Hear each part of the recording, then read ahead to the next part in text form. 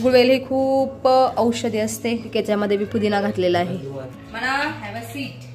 What is this? आणि चकल्या तळत तळत मी आता वाईट परिणाम झाला फुलेचे संगतीचे. कर लीजिए आप. इसं नहीं होता यार. हरे कृष्ण मैत्रिणींनो, स्वागत आहे तुम्हा सर्वांचं. सकाळचे 7 वाजलेले आहेत. माझं तुळशी पूजन चौकट पूजन झालेलं आहे आणि आता सकाळी मी स्वयंपाक न करता दिवाळीचा फराळ करायला सुरुवात करत आहे. गॅसवरती पातेल्यामध्ये मी चकलीचं पीठ स्टीम करायला ठेवणार आहे. याच्यासाठी पाणी आणि तेल गरम करायला ठेवलेलं आहे. उकळल्यानंतर हे पीठ घालणार आहे पातेल्यामध्ये. एका स्टोववरती सुंठ आणि गुळवेलचा काढा उकळायला ठेवलेला आहे. एका स्टोववरती दूध उकळायला ठेवलेलं आहे. बाकी चिरंजीव झोपलेले आहेत. फोंडेजी त्यांचं आवरत आहेत. आता फोंडेजी आवरून देवपूजा करायला सुरुवात करतील. तोपर्यंत मी चकलीचं पीठ स्टीम करायला ठेवते. गुळवेल आणि सुंठेचा काढा सुद्धा चांगला उकळलेला आहे. मी याच्यामध्ये गुळ घातलेला आहे. आता गॅस बंद करते आणि कढईमध्ये मी रवा भाजलेला आहे उपमा करण्यासाठी. आज नाश्त्याला उपमा करणार आहे आणि ह्या पातेल्यामध्ये चकलीचं पीठ घातलेलं आहे. स्टीम होण्यासाठी ठेवलेलं आहे. आता थंड झाल्यानंतर ह्या परातीत मळून घेते. चला आता सुंठ आणि गुळवेलचा काढा पिते अगोदर.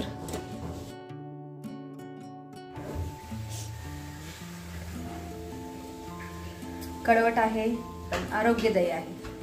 सर्दी खोकल्यासाठी खूप चांगला असतं सुंठ आणि गुळवेलचा काढा.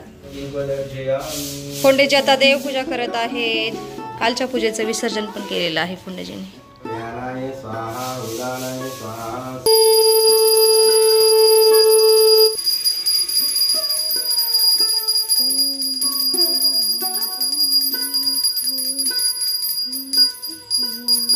चला आता मी उपमा करत आहे नाश्त्यासाठी. चला उपमा तयार आहे. आता घेतो खाऊन. स्वादिष्ट उपमा. उपम्यावरून डाळिंब पण सोडत आहे.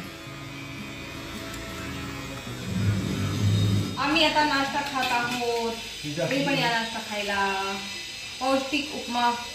अणम ब्रह्मा रसम विष्णु भोक्तारे वो जनादनम एवं ध्याता तथा ज्ञात्वा अन्नदोषेण लिप्यते. जय श्री कृष्ण भगवान. उपम्याबरोबर फराळ पण घेतलेला आहे जो की माझ्या आईने दिलेला आणलेला. हॅलो म्हणा हॅव अ सीट. 100% माझ्या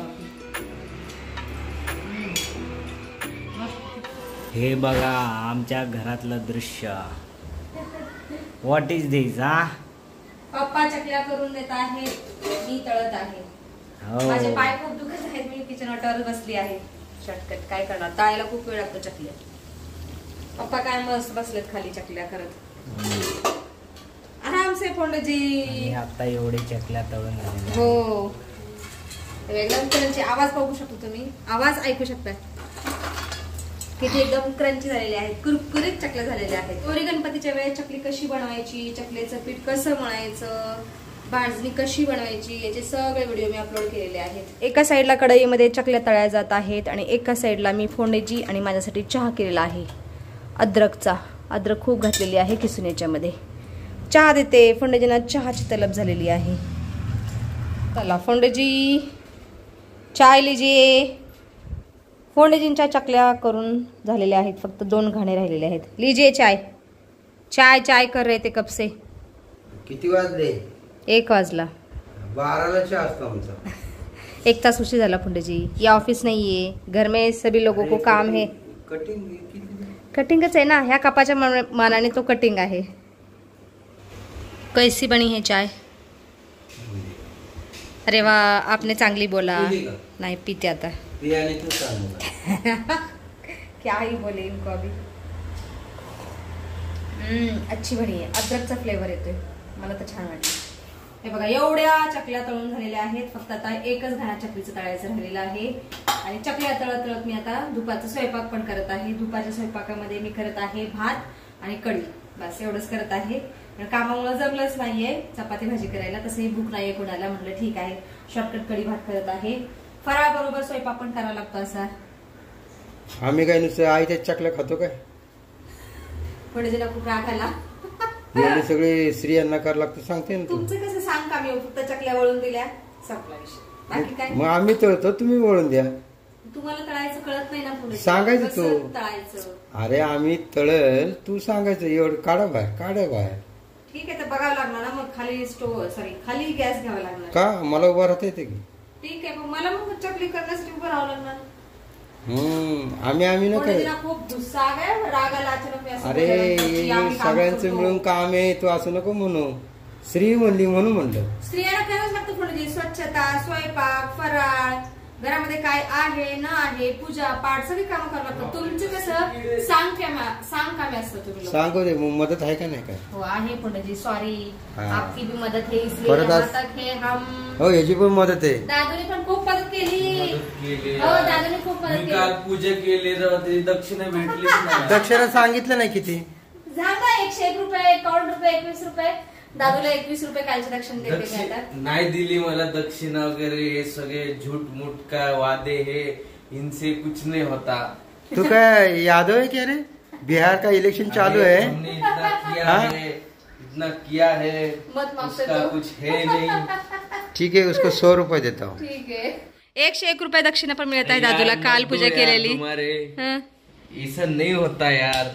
हा आप मग किती 100 किती रुपए की जगह मुझे अच्छा कुछ खिला दो. क्या खाना है पुत्र? खिला दो. क्या खाना है? खिला दो कुछ तो. ठीक आहे. म्हणा तर मस्त झोपलेला आहे तिकडे, आराम चालू आहे त्याचा. बेसनचे लाडू करण्यासाठी डाळ दळायला टाकत आहे मी आता.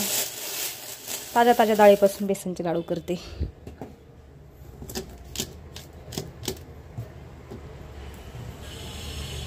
चल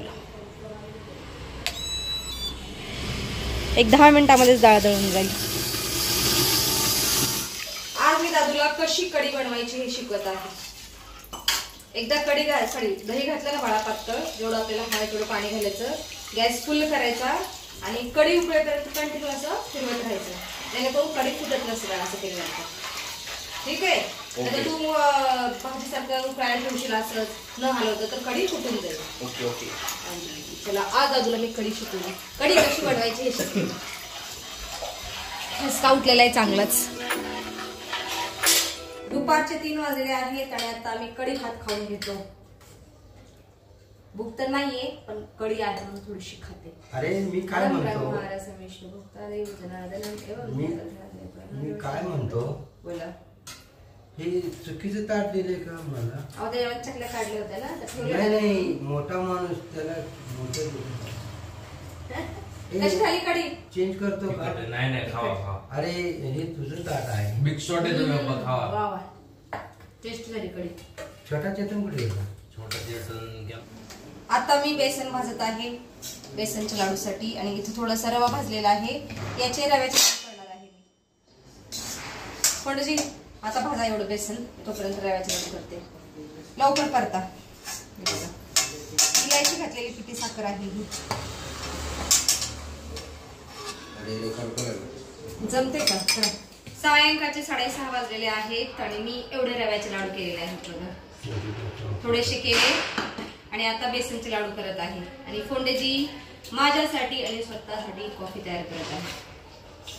आता बेसनचे लाडू घेते बांधून. म्हणा दादू देवपूजा करते सायंकाळची.